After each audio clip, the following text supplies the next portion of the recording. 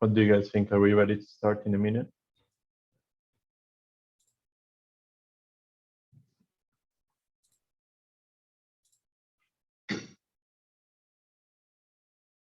Okay, 5 past. I think we're ready. Hello, everybody. First of all, happy Monday. I hope the week started well, and thank you for coming.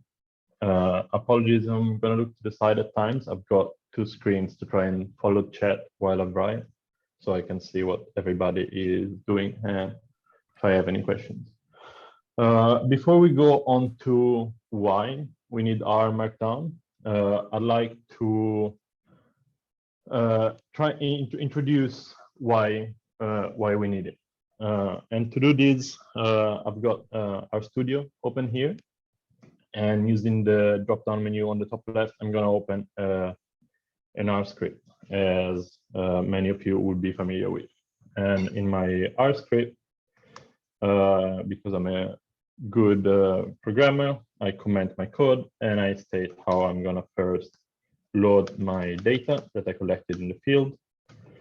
And I'm going to call it my data frame. In this case, I'm going to make that, as I don't have a data, it's a simple, quick example. And I'm going to have an X variable that's very important to me, that goes from 1 to 100, and a Y variable that goes from 1 to 1000 in steps of 10. And I have my data frame. And maybe as part of my analysis, I want to plot this data, right? To communicate either my results or what it looks like to a collaborator. So I'm going to plot my data.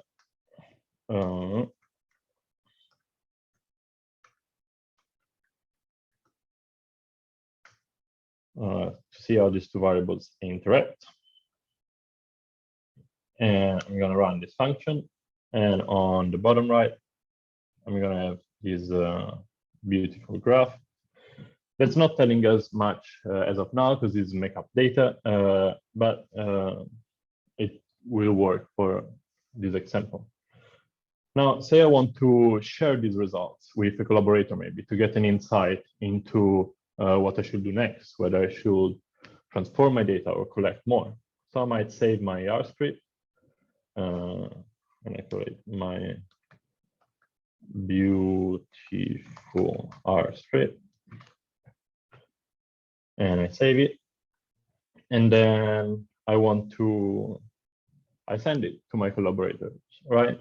And they receive this file, and maybe they don't have R themselves, or they just first look at it on a text editor.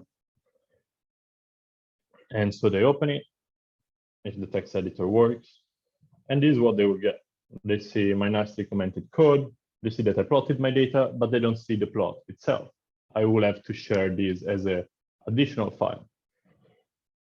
And in this case, with only 8 lines of code, it would be no issue for them to understand where that plot came from. But most times we will have hundreds of lines of codes. Maybe we will have 3 different scripts that will produce different plots that are slight variations of each other. And if I was to share R script or 3 R scripts with 100 lines each, with 6 plots each, it would be a much harder endeavor for my collaborator or my supervisor to understand how each was produced. And that's how Markdown can help us. And to show you how it can help us, I prepared 2 examples. The first one is this Rmarkdown report that I use to share my analysis with collaborators for this Australia-wide project. And I wanted them to understand what data I used, where I obtained it from, how I analyzed it, and how it looked.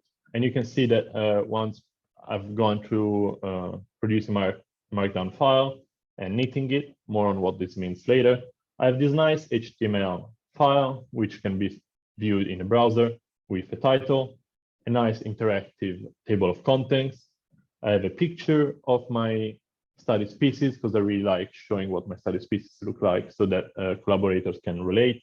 I can have links, for instance, to where I downloaded the data, in this case, this data portal. And I can click on the link and see exactly where my data came from. And if I go down, you can see how I've got screenshots of essential steps that some collaborators may need to do. I've highlighted certain words in bold. I showed my data structure, and I have the code that I use in the different steps, well described at each step, and also the plots that this code produced within this document. So this is one use that you can have for Markdown to share with collaborators what you did and how they can reproduce it.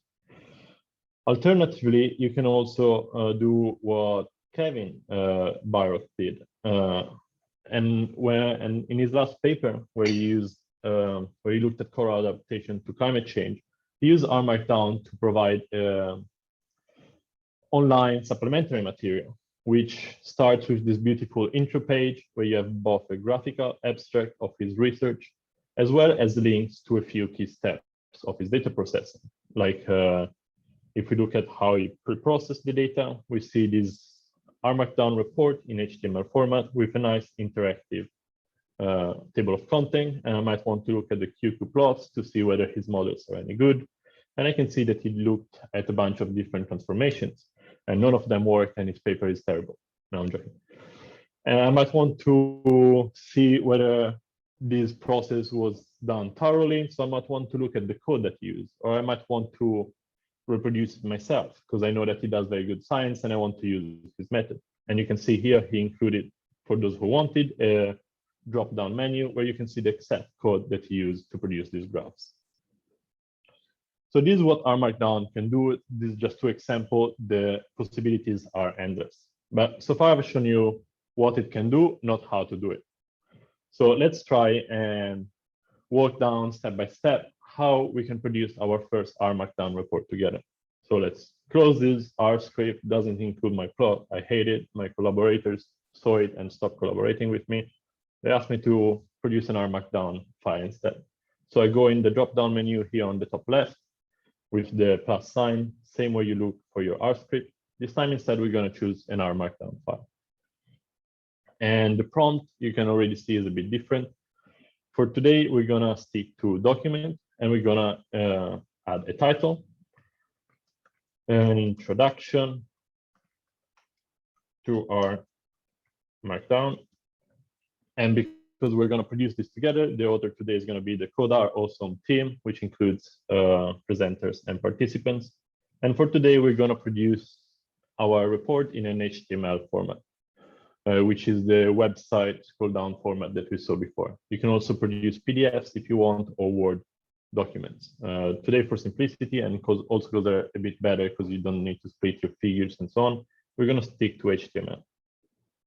If I press OK, we can see that R has kindly pre-populated or already wrote the main structure of this Rmarkdown file for me. And there's a number of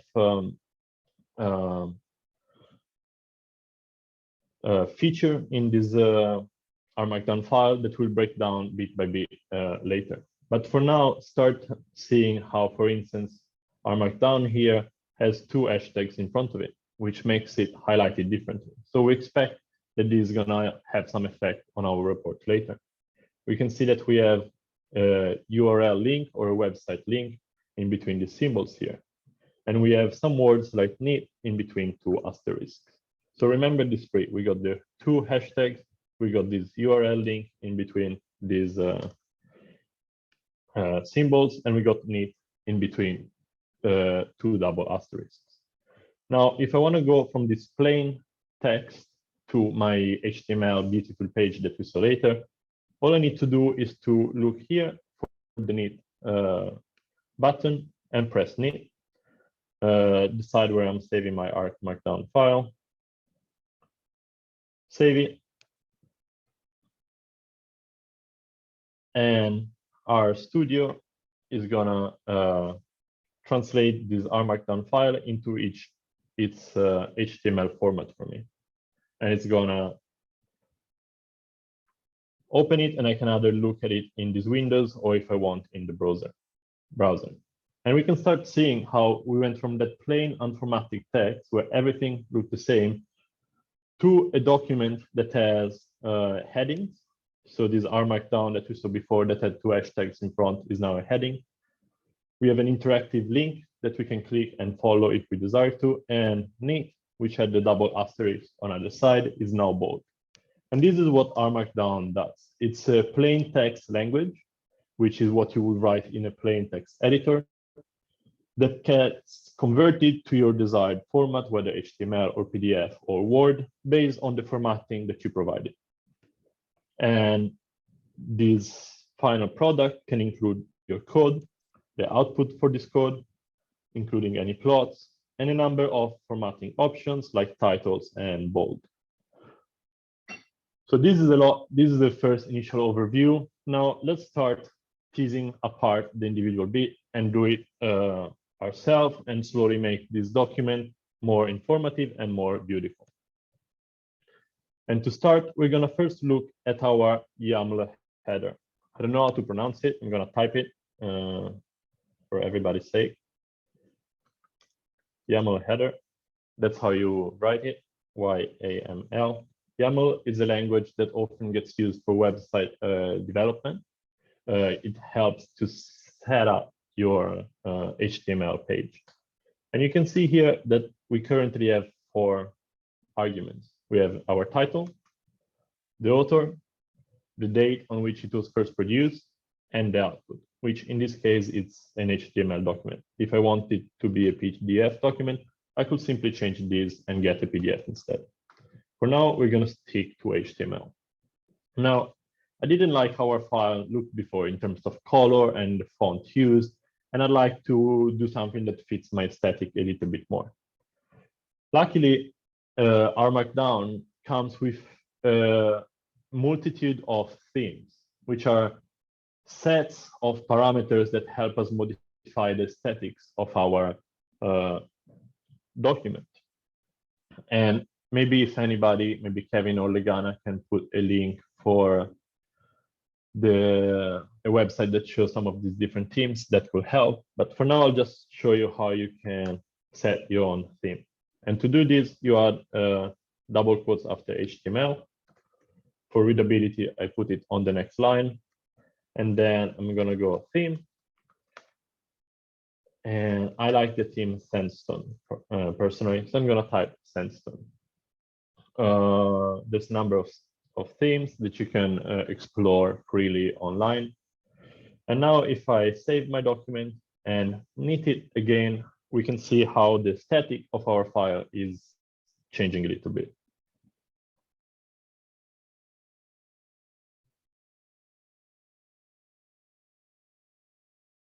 If any of you has used ggplot before and the theme structure, this is a similar idea. It's a set of predefined characteristic to visualize your plot in ggplot or your HTML page in this case. And you can see how now the font is different and links have a different color as well.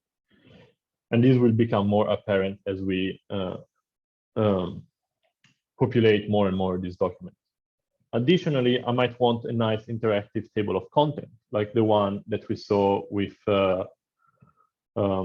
Kevin's supplementary material. And to do this, I just add another argument as a sub-argument of HTML, which is TOC, which stands for table of content. And I state true. And if I now save and re-knit our Rmarkdown file, and wait for it to run.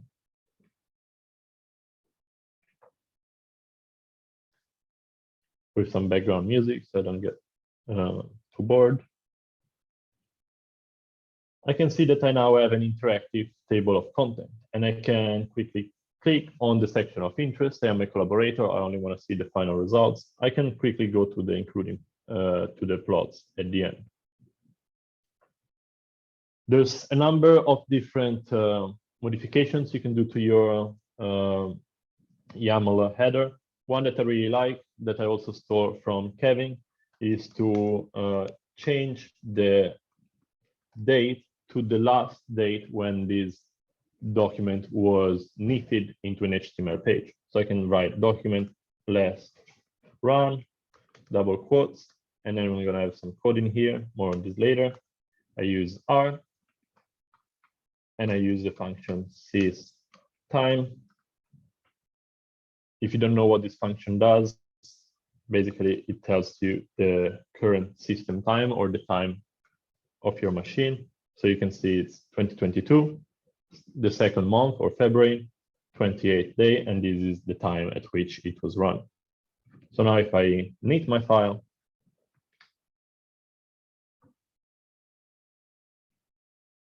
and look at the output, it's going to have the exact date and time in which it was produced. And this can be helpful, for instance, when one of your collaborators replies to your email and says, Lorenzo, I told you to do this modification 6 months ago. Why haven't you done it still? And you can be like, mate, you're looking at the document from 6 months ago.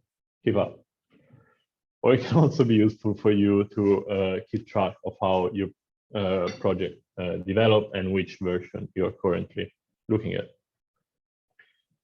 So this is it for the YAML header. There's a lot more than can be done. And you can find a lot of information on it online. Now let's start populating the main body of our file. And to do this, let's delete everything that was already there and start introducing our own information that's relevant to us. I do not know how to backdate, Kevin. Sorry, I just saw your comment. Or maybe Kevin has a solution. And also for anybody interested in the theme gallery, Legana kindly shared a link to a website with a number of themes. Now, in my Rmarkdown file, as you might have seen in the frog ones, I always like to have a nice introduction to state what this report is about. So I might, and I can set this different section by setting the different subheadings. So the main title is at level 1. So if I wrote like this, whatever I wrote after would be displayed with the same font as an introduction to Markdown. This is the subtitle of that. So I'm gonna write introduction, and here I'm gonna state what this document is about. And I might write here, I outline the steps on how to produce an Rmarkdown document. And maybe I'd like to include a link on resources for Rmarkdown or for other people to follow if they want to explore further, or maybe a link to a protocol that I followed. And in Rmarkdown, we can include such link within the text with plain text formatting. So if I wanted to include a link to the Rmarkdown cheat sheet, for instance, I could be like, find the Rmarkdown cheat sheet here. And to add a hyperlink or a link to a website to this word, what I need to do is wrap here in square brackets and add round brackets afterwards. And I go and get my URL for the cheat sheet, which I added in the chat if anybody needs it. And then I put it in between the parentheses. And now if I was to knit my document and wait for it to get done, I swear it was much faster half an hour ago when I rehearsed this talk. But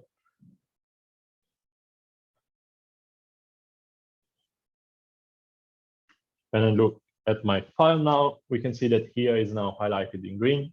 And if I were to press on it, it will direct me to the Rmarkdown cheat sheet. And while I'm at it, I'll also add this nice definitive guide to Rmarkdown. That's very useful. I add the link in chat if anybody wants to look at it. For the Rmarkdown definitive guide. Once again, square brackets, round brackets, and the URL. So this is something I might want to introduce more explicitly in my introduction to Rmarkdown. So I might have another subsection, how to include links and images. And I might want, so I'm going to have my first set of instructions to include hyperlink wrap text to be linked in square brackets, followed by URL in round brackets.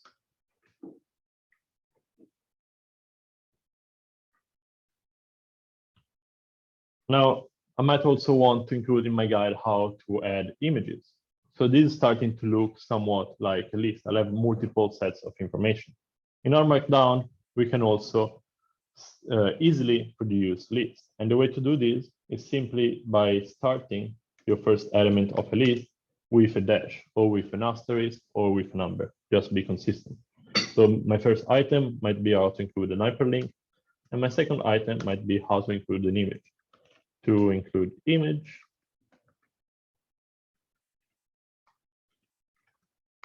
start with exclamation mark, followed by image caption in square brackets, followed by location in round brackets. And while I need this to show you how the list looks like, just be aware that these images can both be located on your computer. So it might be an image that you have in the same location where you're running your Rmarkdown script, or they might also be online images. And I'll show you how to add an online image in a second. And we can see now that our list has been beautifully formatted as such, starting with a dot. If I wanted to start it numerically, I just have to replace these with numbers. And I won't need it now, but in the next iteration, you'll see how this looks. So I mentioned including images. Let me show you how to do it. And I might include an image like I did in the examples in my introduction statement to drive the point of how important our Markdown is. And as we said, we have an exclamation mark, square bracket for the figure caption, and then round bracket for the URL. Figure caption is going to be why our Markdown is useful. And in this case, I'm using an image, where's the cursor? That's online. I'm gonna save the copy the URL, insert it. And now if I need it,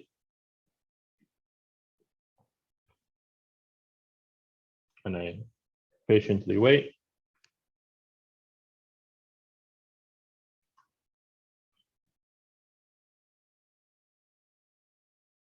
we're going to see now that in my report, I have an image that shows how doing your sets in SPSS and writing on a piece of paper is for Donald's, while using our Markdown and all these beautiful themes is for Barracks. Sorry, that's the best meme I could find for our Markdown. If anybody can find a better one, I'll happily replace it.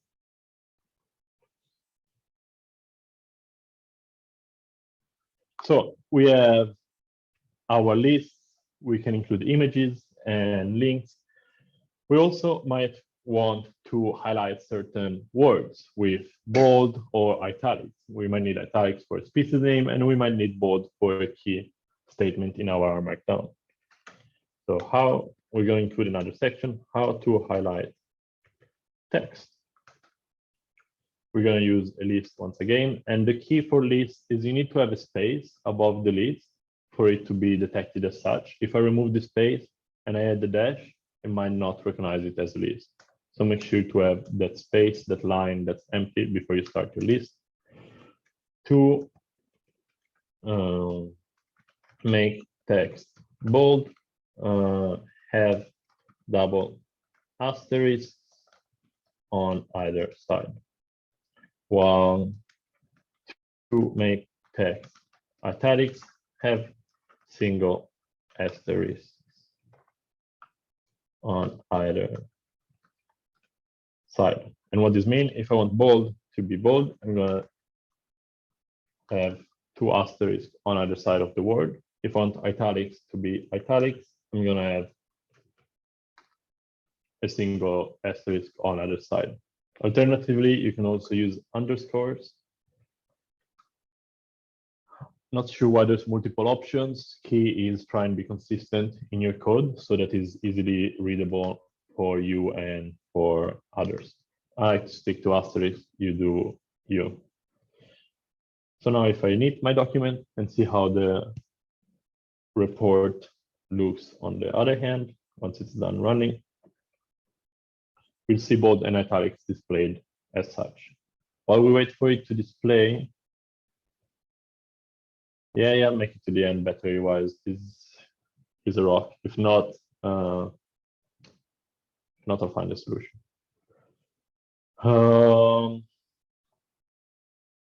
So we can see that now bold, which we had double asterisk on either side, is now displayed in bold, and italics with the single asterisk on either side is now displayed in italics. Before I move on to the steps, the next steps, and while I show you again these beautiful memes, if anybody in the chat has comments or would like to point out additional modifications that I've missed out on so far, or if you have questions on how to do specific things that I might have not covered yet, feel free to ask. I recommend, I should have said this earlier, but I recommend for you to do these alongside me because it's going to be a good record for you of what you can do. And also it's going to be the first time you do it if you haven't done it yet, and it's going to help cementify it in your brain and remember how to do it in the future. If not, don't worry, we have the cheat sheet linked here and in the chat, and I'll share the final Rmarkdown file at the end of the talk anyway.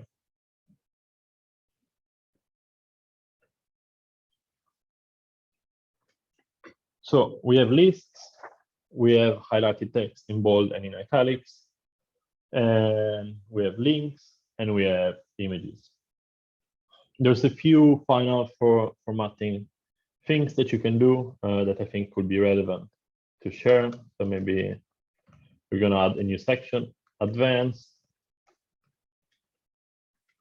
formatting in our Markdown.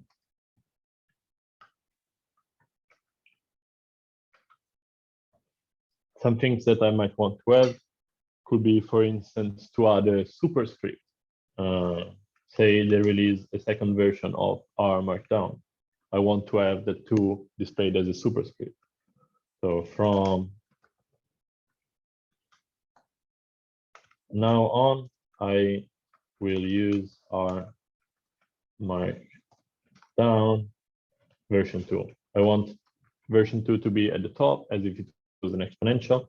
I can do this by having the head on either side of the two. And maybe I want Markdown itself to be a subscript. I can do this with the tilde. To reiterate, let's do another beautiful list. To have superscript,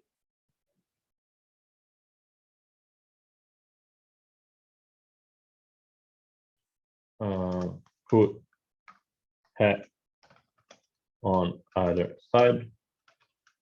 To add subscript, put on either side.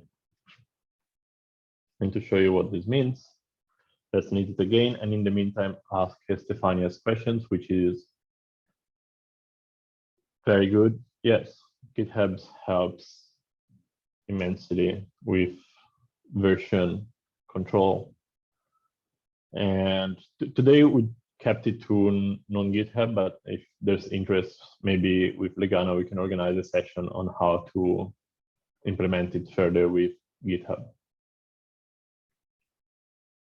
And maybe bring some examples of how that can be achieved. Going back, we saw that our Markdown, which was wrapped in the tildes, is now a subscript, and version 0.2, which was wrapped in the heads, is now a superscript. And then if you were like Kevin and you did a lot of fancy mathematical equation, you can also write mathematical equations with Latex language. You only need to wrap equation in double $signs. For instance, I might have my complex math equation here that I want to be displayed as such. I have the double dollar sign, and y is equal to x plus 1 double dollar sign. You can already see that it's now being interpreted as a mathematical equation, and when I need it, it's going to be represented as such. So now this is the formatting of the text within our Markdown. Now let's move on to actually including code, integrating code in this document, and integrating the output from our code into our report. And here quickly you can see how this was interpreted as a mathematical equations. You can add a number of things, whether it's a square root, integral, anything you need to write in a mathematical equation, as long as you know how to do it in Latex. And just as a note, Legana shared one of her repositories on GitHub Markdown documents in the chat if anybody is interested. So we're now gonna including code in our Markdown. And the way we include code in our Markdown is by wrapping it inside code chunks. A code chunk has 3 key features. One are this set of 3 backquotes to start and end the code chunk. And then after the first set, we have these parentheses whose name I do not know. And inside of these, we have the language that's going to be used in that code chunk, in this case R, and then a name for the code chunk. So in this one, we might load our data. And it's very important to name your chunks, because once your Markdown document becomes longer and longer, and you're starting to try and troubleshoot, and you want to know at which chunk the knitting process brought, if you have a name, it's much easier to find than code chunk 67 didn't work, and then you're scrolling down, then you don't know what it is, you don't know what error to expect. Additionally, files can be named with a prefix that's the code chunk name. So if you're saving images from a code chunk, they can be named according to the code chunk that they were produced in. So you might have this graph was produced with this transformation of my data. So first thing, we're going to load some data, and we're going to use some of the data sets that come prepackaged with R, in this case, empty cars. And because we're good programmers, we write what we're doing. So we're going to say, first, I load my data collected over 7 months of sweaty fieldwork. And you might include details on how the data was collected for anybody looking at your report later on and wanting to reproduce it or to understand how it was produced. And you can see that you can run this code without needing to knit the file, and it's gonna execute the command as if you were executing it within an R script or within your R console. So if I look at my environment, for instance,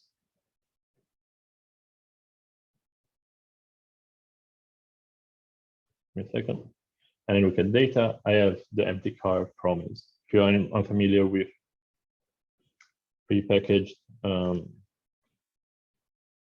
data sets, let's give you a more straightforward example. I might have my vector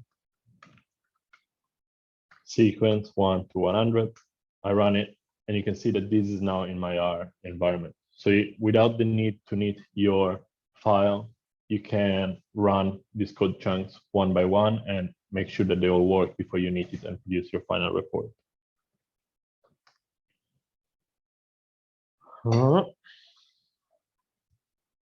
If you want, like, obviously typing these 3 backspaces and then all the other info is a bit tedious.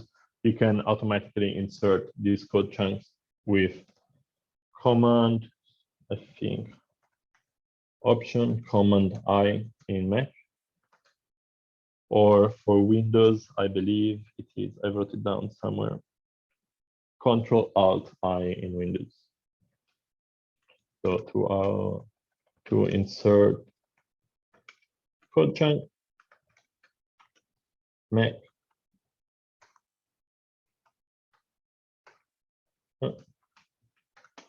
is Option plus Command plus I for insert, while for Windows, abbreviated to Windows, is Ctrl Alt I.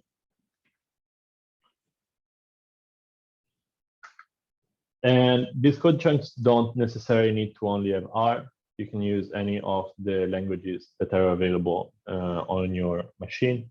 For instance, I use Bash a lot in my pipeline, and I like to have one workflow that includes both steps. For instance, I might be looking at what's in my directory with the ls command. Don't worry if you're not familiar with Bash, but just acknowledge that you can have different languages, and as long as they're available to you, you can include that in your pipeline. If not, you might have to install them on your machine. And if you get stuck with that, our beautiful stack channel for the coder group can help you with installation. If not, there's hacky hours for anybody that doesn't know about hacky hours on Fridays. Maybe we can put some links for that in the chat, Legana, please. Sorry, just a reminder and a tangent as usual. And once again, name my code chunk, list files in directory. And finally, the reason why we're here, we want to include the output from our code into our report so that it doesn't need to be saved as an additional file that's in a different format and that's hard to match with the code that produced it. So I might have another R chunk where I start the exploration of my data. So I'm gonna do head, empty cars, and check that it runs. And already within the Rmarkdown file, you can see the output.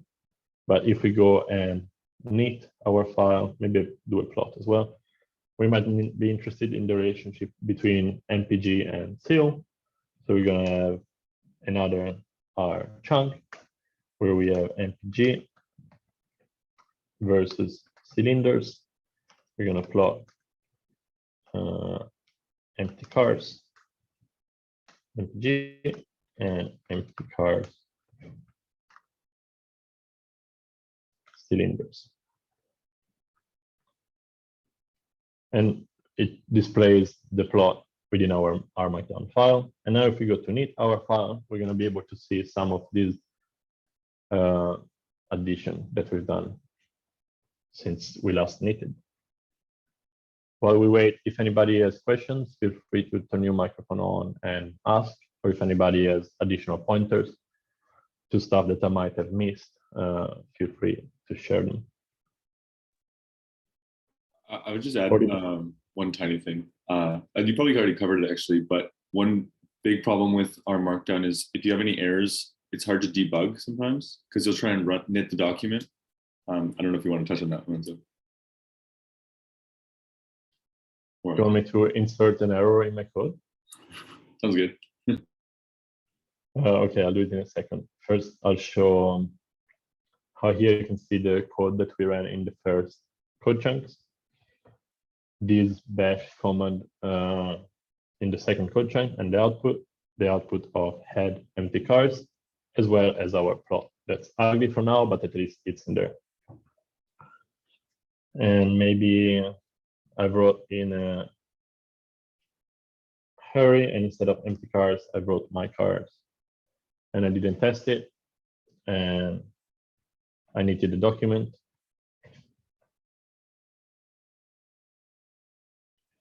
And I hopefully wait for it to produce this beautiful report so I can send it to my collaborators that asked for it 3 weeks ago, and I get an error. Line 67. Error in XY coordinates, object my cars not found.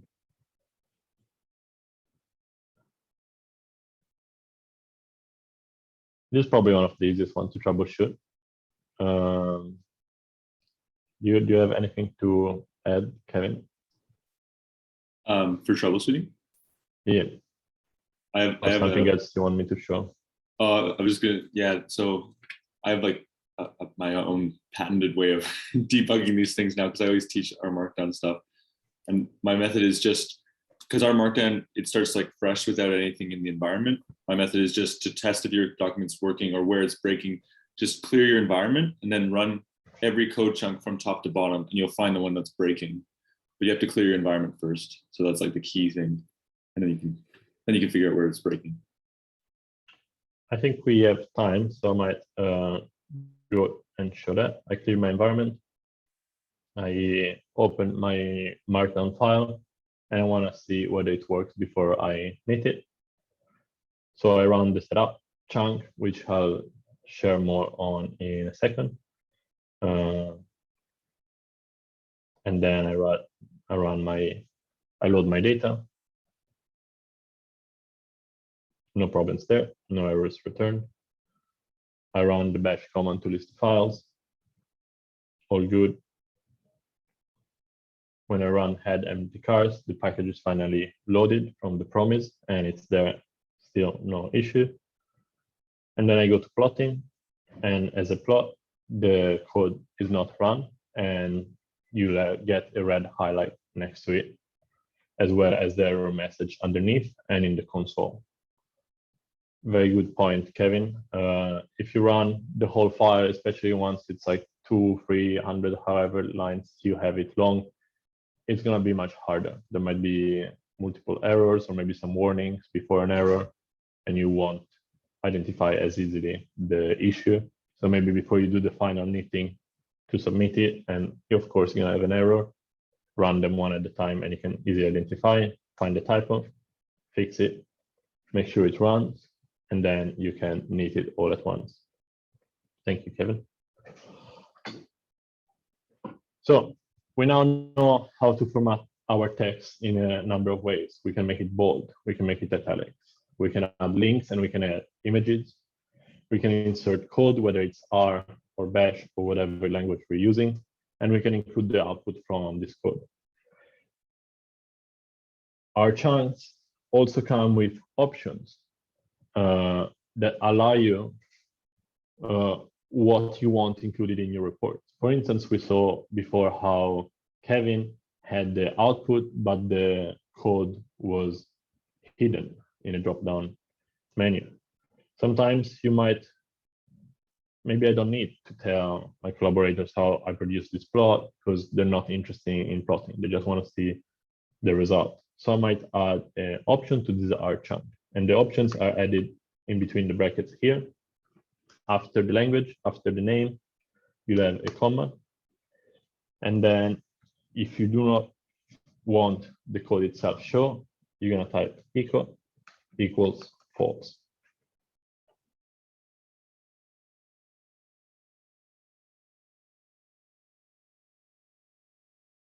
I've not included in this section in my planning, but once I finish with the options, Adrien, we might, if we have time, we might go through Kable. I use Kable as well. But yeah, let's see what, if anybody has, sorry, everybody. Adrien asked in chat if we have, if we're going to include displaying tables in a pretty way in our reports. And if we have a preferred method. If anybody with experience has a preferred method, feel free to share it in chat. If not, we'll explore some together. So I have if false. I don't want the code to be shown. And if I need my document, we're going to see how we're only going to have the plot and not the code per se. And once this is knitted and we go back, I'll share a few other options available, some of the main ones at least.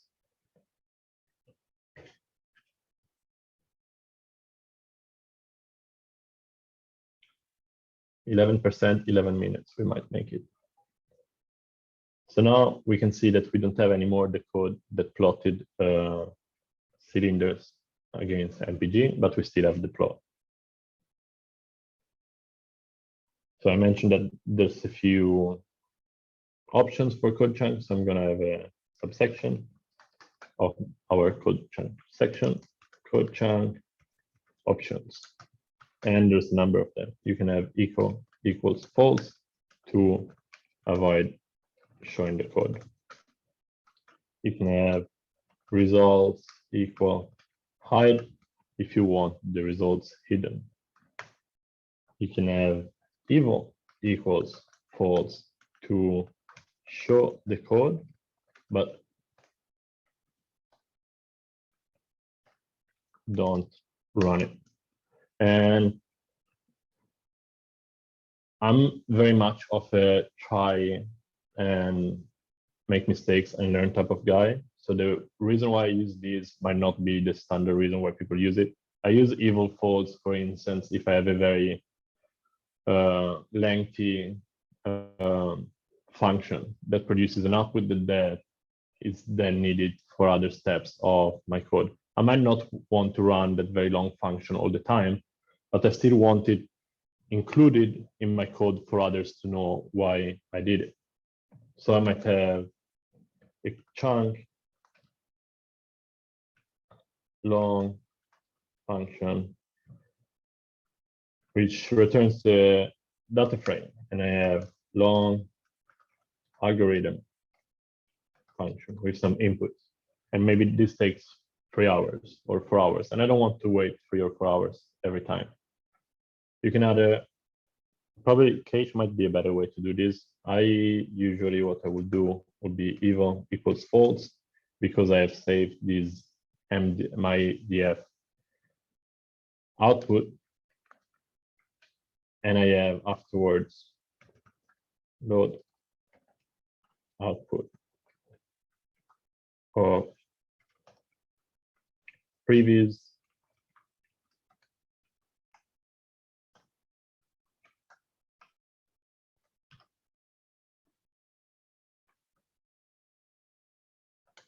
I might have a function afterwards that loads it. So whoever looks at my code later knows, and maybe probably for the last draft before I submit the paper, I'll run the whole thing to make sure that it works. But in the multiple iterations that I might be doing daily, I don't want to run this function over and over. So I might just save the output and just have a step afterward that loads in. Apologies if that's unclear. I just thought I'd give an example. If anybody has a way to do that with cache, I don't know if that's possible. If you want to share that, that would be good. Sometimes you might want to leave on the edge and turn off warnings for your code chunks. This might be good if you know it's a recurring warning that's not an issue for your code. Maybe don't include it as a default option for your code chunks, because some warnings might be relevant. And finally, you can also modify the output in a number of ways. For instance, I might want this figure to be 4 by 4. I can modify that by adding figure with 4 and figure height 4.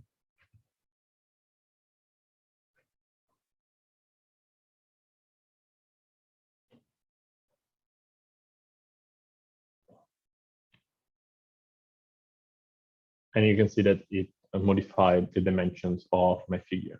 And that can be a useful way. I think we ran through this problem in the R mapping workshop, that often the figure you see in your RStudio console is different from the one that gets saved or produced in the markdown file. By being explicit in your dimensions in the code chunks, you can avoid that issue.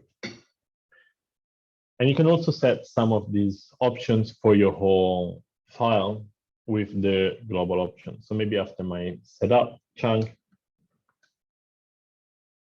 I might have a chunk where I introduce global options for my whole Rmarkdown file. And I do this with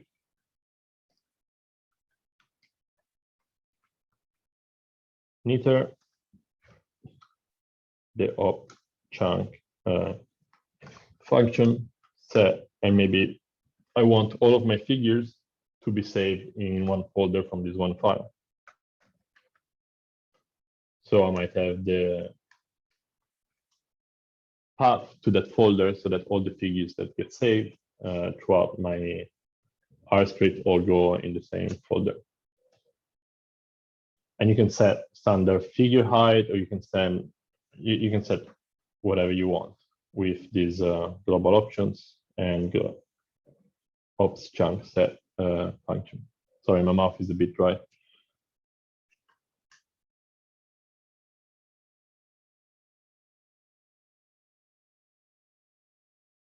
And Legana pointed how she uses warnings equals false and message equal false as global options.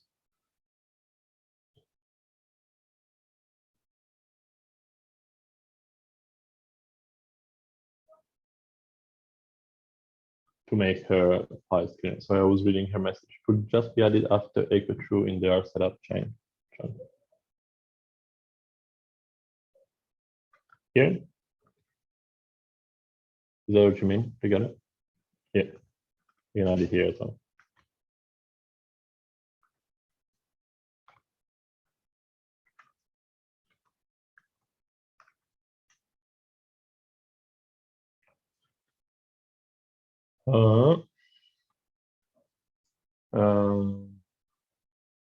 Now that makes more sense.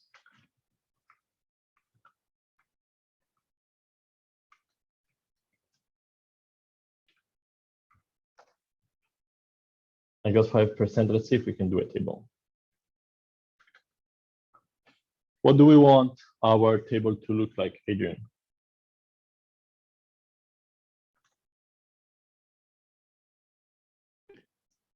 We're going to use the empty cars function data set.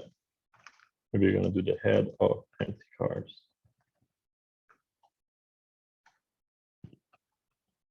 Here.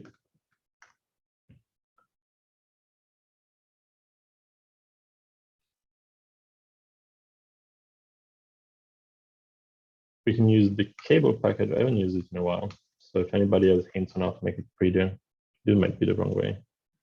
It is the wrong way. Oh, wait.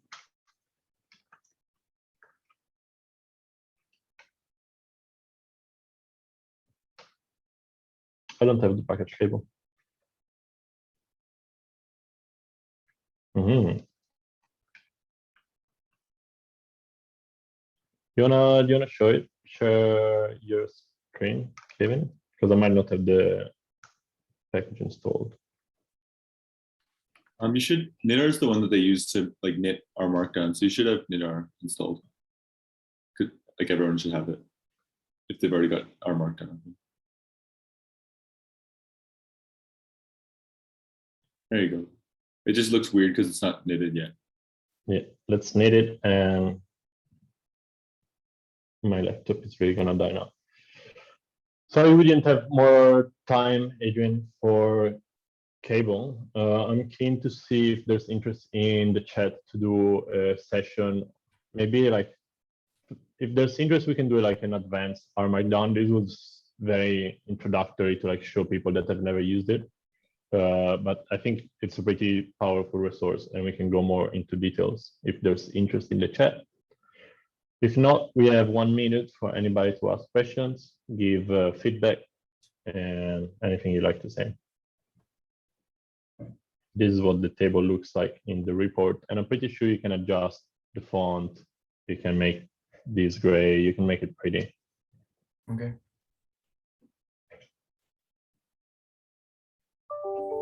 You're playing with fire there, Lorenzo, but good work. You got through with your battery. Yeah. You're gonna die in a second. You're at 3%. Maybe if you stop sharing screen and close it. Yeah. But that was awesome. I'm sure if anyone has any questions, if you want, you can message Lorenzo on Slack or where email. And I think we don't have a session just yet for we haven't locked it in, but it should be an intro to Shiny. So Shiny is a way of making web apps. So we might be able to get someone in to do that next week. We just haven't locked it in yet. So pay attention to the emails that'll go out. And it might be an intro to Shiny, which is all about, it's kind of like our Markdown, but instead of like a document, it's like a web app that you kind of build very similarly. So it's also really useful for presenting work. So stay tuned for next week. And thanks again, Lorenzo. That was awesome. No worries. Thanks everybody for coming. I know there's a lot of people in these groups that have a lot of experience with R and analysis. We're trying to have some sessions a bit more advanced from people that have experience with a certain aspect. We had one on mapping in R from Alice Tikera, and we're going to have one on demographic inference in R from Sally Lau. If anybody would like to volunteer a couple of hours or their time for a more advanced session, that would be awesome. If not, watch our Slack channel because we'll have more similar courses coming up in the future. Thanks, Lorenzo. Thank you. Thank you. Have a good Monday. Yeah, have a good weekend.